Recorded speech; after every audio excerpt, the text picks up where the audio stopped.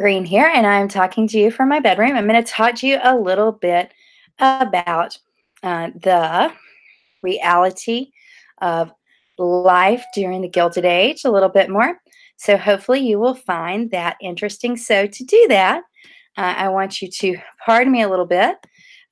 We may run into a few pets or um, other entities. Or my son. So if we do, I'm going to apologize now in advance, but it is good to be with you tonight. So your assignment for tonight was to read chapter 17, as you should know. And with that, you should, whoa, okay. Sorry, I just went weird on my screen. Okay, so with that, just a basic outline here. It has to do with conflicts and changes in the West. Now, a little bit about the West in general. I think it is one of the most significant areas in U.S. history that often gets overlooked. So, hopefully, as we discuss this tonight, you will feel a little connection there. So, we go back in 1850. By that point, pretty much most Native Americans were out of the eastern part of the US. They had been sent west as either part of the Trail of Tears, part of different treaties, and all of this stuff. So, what had happened is their lives were changing substantially. And one way their life is going to change is going to be the introduction of a couple of key things, and that's going to be the horses and the guns. Now, those came many years before, leading all the way back into the introduction of Europeans to the New World. However, with them, we're going to see a lot of opportunity for natives to, for lack of a better term, be a little more successful, if you will, against the white invasion and acquisition that they're going to experience from the Europeans. So, having said that, their life had changed dramatically. And so you begin to see different groups of people develop on the Great Plains, which the Great Plains are going to be what we're going to be speaking about mostly tonight. Pretty much, the Plains people had their lives the most revolutionized by the horse compared to anybody else, because then they could kill twice as many buffalo. And so because of that, you're going to see that they are able to travel more and they're able to be more successful. So that's a good thing. So anyway, for them, land was a different thing. Like for the white men in the eastern part of America, land was about status. One of the things we're taught growing up in America is that you want to be a homeowner, that you want to acquire land, that you want to have these successes. The 2.5 kids, the picket fence, the whole 9 yards. And so it becomes a social standing. But for Native Americans, it was not that way. In fact, they felt like the land did not own you. Excuse me, that you didn't own the land, but that you were more of a slave to it and that you used it and therefore you should respect it instead. And so because of that, you're going to start to see conflicts that are going to exist between these groups because they have a different definition of what land is. So with that, let's talk a little bit about the Plains Wars. So by the 1850, or by 1851 specifically, Congress comes up with this new policy that has to do with tribes and reservations. So kind of but it is their policy. And so it would take up a lot of the Great Plains. They were cool with it because it was pretty much, let's get the natives over there. We can be over here. Who wants to be out west? I mean, it's dry and hard to farm, so let them do their thing. And so this Fort Laramie Treaty that they're going to sign is going to kind of take care of this. However, by the end of the Civil War, railroad construction crews were moving more and more westward. We had gained all of this land in 1848 from Mexico in the Mexican-American War, and that led us to have California. And where California was, there was a lot of gold. I know it's a lot of background. So what would happen is they permitted white hunters to go in and to kill the buffalo. Now, to say white hunters is a little inclusive because you also had some African Americans who did so as well, but it was very profitable. And so they would slaughter these buffalo rapidly, and it pretty much is going to doom that Native American way of life. The U.S. Army pretty much is going to make a major showing of force on the Southern Plains, and that's going to lead to a big conference that they're going to have to try to kind of hash everything out again, and it's called the Conference at Medicine Lodge Creek. That happened in 1867. And so with this, they're going to sign over some more land, accepting these reservations for these southern tribes like your Cherokee, your Creek, your Chickasaw, and your Choctaw, even some of your Seminoles, particularly in Oklahoma. And so it's going to give them that territory for now. Don't get too comfortable. We'll be back. So anyway, they begin increasing their action toward native control to take that land away. So after this great Sioux War, no Native American group successfully is able to sustain resistance against the whites. Small groups would occasionally leave, but eventually they got tracked down. The best example of this has to be the story of Chief Joseph. He's a Native American I always have a heart to talk about because he tried so hard. He and his men, the Nez Perce, they're going to attempt to flee and they're going to fight and they're going to do different things very unsuccessfully. And so pretty much the young warriors were either all dead or they have left and gone to Canada. And so Joseph takes the elderly that are left and he's trying to take them to Canada. And they're so close to the border, but they get stopped. And he gives this famous speech to the U.S. Army where he says, "I will fight no more forever." And he talks about seeing the young men die. Another very famous incident that we want to mention is going to be about Geronimo. If you know much about Geronimo, his group successfully kind of resisted for a good while, and he actually managed to escape to Mexico. And so when he did, out of Arizona, he gets to Mexico and he gets contacted by the U.S. government, and they tell him, look, if you come back, we will reunite your tribe. We'll make everything great again. Everything's going to be fantastic.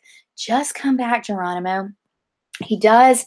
And of course, they arrest him when he does, and they send him to jail, particularly in Pensacola. So kind of a local connection there. He spent enough years there that by the time he got out, like his entire tribe was just pretty much dissipated, no longer had that same connection. And he actually ends up supporting himself for the rest of his life, posing for photographs. Little history fact, it makes him the most photographed Native American. So he becomes a male model. There you go. Not the gig he was looking for, though. So a lot of the conflict between the natives, though, that gets so ugly and the U.S. Army is going to take place particularly in the Dakotas. The Dakotas were kind of this last great hope, if you will. And there had been a movement that started by a Native American by the name of Wovoka. And he told Native Americans that if they did this particular activity that was referred to as the ghost dance, that the Great Spirit had told him some significant things were going to happen. So the ghost dance is kind of a derivative of an ancestral dance that kind of meets the sun dance. And so they would do this ghost dance. Now, here's what's supposed to happen. In his dream, he spoke with Jesus, and Jesus told him that if he did the ghost dance, these four things would happen. One, Jesus and the dead ancestors would come back, and they would kind of hang out in the cloud. You can see kind of strands of Christianity and the rapture here. The earth would rise up, and it would swallow up the white man. And so kill the white man. And the third thing that would happen, according to Wovoka's dream, is that the buffalo would also return. So Jesus and the ancestors, the buffalo, no more whitey, and then the earth would be replenished. And so to the natives, this was the first true unified moment of Native American tribes in the United States. They all start to do this ghost dance. It becomes a very connecting thing, and it scares the heck out of the U.S. Army. Why? Because they're doing this dance that's unifying them, which could mean war, which could mean something successful. And so they tell them, stop. They make it illegal, and they stop rounding up practitioners of this ghost dance. One particular place that the ghost dancers are going to be round up is going to be at Wounded Knee Creek, South Dakota. And if you really want to watch a great film here, because you know I'm all about the films, right? HBO does a documentary that is fantastic called Bury My Heart at Wounded Knee. And it touches me every time I show it. There's clips from it that I use with my high school students, and some of them I do not. But what takes place is the Lakota Sioux had their chief, their main chief, Sitting Bull, was actually dead by this point. Crazy Horse was no longer around, who's another famous Lakota Sioux. And so they have been rounded up, and they're being put on a reservation at Wounded Knee Creek. Their surviving chief was a guy by the name of Bigfoot. A couple of sources call him Blackfoot as well. Big Blackfoot. There's a foot. There you go. And he was actually very ill. They had to carry him in a wagon. He could not walk. His health was so bad because of, I want to say it was pneumonia, but that's memory, so it may have slipped me a little bit. So anyway, what takes place here when, they're coming in to the reservations, there are around 350, give or take, Native Americans, and they're mostly older, kind of the same thing as the group of the Nez Perce. And so when they come in, there is a poor translator there. And when I say poor, he didn't speak Sioux very well. He did not speak their language. And so he's trying to translate. And there was a Native American who was hard of hearing. When they came to the reservation, they would take their weapons. And so when they go to take his weapon, he begins to fight back and he ends up shooting. And when he does, the U.S. Army there starts to massacre these 350 people. There are stories of some of them on their knees, waving white fabric like a flag saying, "I surrender." There are stories of some of them running inside the chapel there at Wounded Knee and laying at the altar and being shot. Over 300 of the 350 were killed. And then they were buried in a mass grave that looks reminiscent of something that the SS would have done in the Holocaust.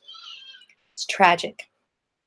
But the Wounded Knee incident becomes referred to as the last major Native American battle. It's the end.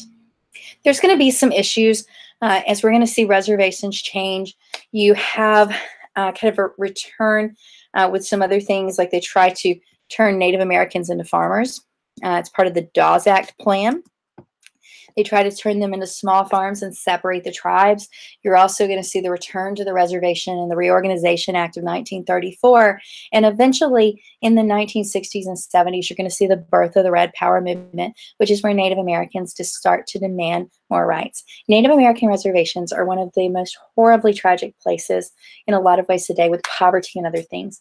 There is a book that I would recommend to you here if you love to read fiction. I don't recommend a lot of fiction books in a history class, but this one is so worth it. And it's called The Absolutely True Diary of a Part-Time Indian. And it's about a boy who finds himself on the reservation and he wants different things in his life. And it's about the sadness that the reservation brings. So free recommendation there. Go for it. Another thing we're going to see leading up to the 1860s is you're going to see massive movements of Mormons to the west. Massive movements of Mormons to the west so that they can participate in the lifestyle that they have at the time. Brigham Young is going to be the organizer after the death of Joseph Smith. And so you will see this. You'll see their settlements begin to thrive, particularly the settlement of Deseret, which is in the desert. But it's not called Deseret because it's in the desert. It was called Deseret because Deseret means honeybee. I don't get that one, but the Mormons didn't ask me. No offense, guys. Okay. So some other things we're going to see is these settlements are going to thrive a lot during the Civil War. For Utah to officially become a state in 1896, they had to disavow or proclaim that they would in no way allow the practice of polygamy. So good times, Utah, no more sister wives. Okay. So let's talk about a little bit about the cowboys. When people think about the West, the cowboys are kind of what comes to mind. Cowboys and Indians, shooting at each other, which did not happen. In fact, the cowboys really are going to just kind of take care of the cows. That's why they're called cowboys. And so they would come into Texas, particularly, and they would round up these cattle drives. And they would take the cattle from the areas where the longhorn just kind of roamed and played. They would brand them so you could tell whose owner they were. And then they were taken to the trains to be sent to shipping towns, because at this time we have all these new immigrants coming in who are coming in for jobs. And it's neat how one thing leads to another, because if they need jobs, they're also going to need more food. And so we have an increase in the need for beef in the cities. And so this is going to be a really big change. In fact, between the years 1866 and 1880, over 4 million cattle are going to be shipped in this area. And then what would happen is once the shipping was done, once the long drive had finished, the cowboys would go and spend almost all of their earnings in the saloons and brothels and gambling houses in these towns. Also, you're going to see a lot of culture about the West that's going to develop, and a lot of the kind of eclectic beliefs there about people like Wild Bill Hickok, Wyatt Earp. If you haven't ever seen Tombstone, another little movie kick there from Green here, it is perhaps my favorite Western. So there you go. All right. So they would also use these open range ranching. And what begins to happen is this allows ranchers to make an industry. Now, you're also going to see not just your cowboys, but your plowboys. They're going to start plowing the plains, your farmers. They begin entering the region that have been very sparse, and they begin coming up with ways that they can best farm. These early homesteaders find that it was very hard to acquire farmland in the East. It was way too expensive. And so the Homestead Act is going to pass during the Civil War, and it is going to have some clear limits. You got 160 acres, and it was about sufficient to support a family only east of the line. The problem was it wasn't arid enough for some of them, and so they had to come back. And sometimes some boundary lines were moved and whatnot, but that's a whole nother lecture we can get into. Another issue they found is there weren't enough trees. So they had to come up with alternative ways to build. Particularly, they would take the soil, the topsoil, the sod, and they would dry it out like bricks. And they would make these sod houses. Google sod houses because they're lots of fun. Some other things that they would do is they would use windmills and barbed wire to help them facilitate these things as well. Okay, so let's talk a little bit about the railroads. The main purpose of the Railroad Act of 1862, the Pacific Railroad Act, is to connect the East to the West. So therefore that you could get on the train and within 10 days you could be at the other coast, which is amazing. Most of this was built by the Union Pacific and the Central Pacific, and a lot of the Chinese and Irish immigrants were going to be used to help make this happen. So the first transcontinental railroad is going to be finished in 1869 at Promontory Point, Utah. They're going to celebrate by driving in a golden spike, and then they take it out because people would steal it if you left it there. So there you go. But the train brought a lot of celebration and a lot of joy. A little bit about mining. Between 1859 and 1885, many people are going to come west looking for gold and silver. With this, they're going to bring populations. They're going to bring families. They're going to start schools. They're going to start towns, bars, churches, the whole 9 yards. And a lot of them are going to stay because they're going to find the West to be a place that is very profitable for them, or at least it was a new start. We're also going to see the birth of agribusiness, which is going to be your major farms, these bonanza farms, 10,000 plus acres. A lot of this is going to happen in California and other things. They would take advantages of a lot of these refrigerated train cars that had now been developed so they could ship their goods to the East. We're going to see that that region is going to be pretty beneficial to it. Also going to see a lot of logging in that region as well.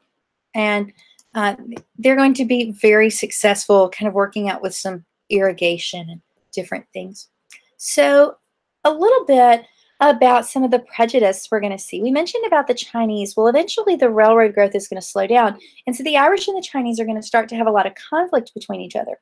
So in 1892, there's an act passed called the Chinese Exclusion Act. And what this said is no more unskilled Chinese immigrants could come into the United States. Now with this, anyone who was already here was denied their citizenship. So if your parents both immigrated here, or your grandparents, and you were Chinese and you were born here, guess what? You're no longer a citizen. What? Yeah, that's what it said. And it stayed in place from 1882 until 1945, 63 years. How crazy is that? Some other things we're going to see, I kind of mentioned this briefly, is about the federal government policies with the natives who were not killed off and massacred. They're going to work towards a policy of assimilation with the Dawes Acts. They start to Americanize the Native Americans, trying to civilize them. They did that, as we said, by turning them into small farmers, but they also offered education to the children. But it wasn't local schooling. they would actually send them off to schools back east, particularly the Carlisle School in Pennsylvania is one that is very, very well known. And so what they would do is they would take um, their traditional ways away. Like when the kids would be at these boarding schools, they would not allow them to practice their traditional culture. They would cut their hair. They would not let them speak their native language. Would not let them speak their native language. And so this is a big deal. I mean, we begin to see this transition. So let's kind of finish up here. I know I've talked really, really fast, but I know you have a lot you want to do, and so hopefully this will help you. Let's talk about the West as Americans think about it. When people think about the West in the late 1800s, they think about a land of prosperity and a land of hope and this green growing place that was, kind of wild and it's full of myths. So why is that? Well, one of the major reasons is because of a guy named Wild Bill. Wild Bill's Wild West Show. Wild Bill would put on shows all around in which he would show, I'm sorry, not Wild Bill. Wild Bill Hickok is who I was thinking of. Buffalo Bill's Wild West Show. He would put on these shows all around the United States that showed a lot of the myths of the West. It would show things like cowboys and Indians fighting each other. In fact, he hired Sitting Bull, one of my favorite Native Americans, to actually be a legitimate Native who would fight against him in some of the scenes. And it was kind of like these cheesy movies where, the hero, Bill, runs in and saves the day against the savages and whatever. So anywho, that's going to start a lot of these kind of beliefs that we have that are just wrong. Thanks, Hollywood. And then we're also going to see all of these TV shows in the 1950s, like that Disney produces a bunch of them. You have Bonanza, you have all of these, and they have this idea about the West that really wasn't true either. So it becomes very mythical. As we finish up with the West, we want to talk about, as the century comes to a close, what we begin to see is there is a thesis written by a graduate student, and his name is Frederick Jackson Turner, and he writes The Significance of the Frontier in U.S. History. And in this, he argues that the frontier has influenced the East, and that now that the West is populated, we have a problem, and that is there's nowhere new. And so Americans are going to have to find a new frontier to define our character. And that's where our next unit is going to pick up when we talk about imperialism. Perhaps it will be our new frontier. So don't forget your quiz this week. I look forward to seeing you next week. Love to talk about imperialism. And after imperialism, the following week is when I'll be in Jackson. And so I'll record a lecture for you there as well. And that night we are going to discuss the progressive era. I think I have those two right. I'll double check on the sheet. But either way, have a great evening. I will see you in a week. Bye.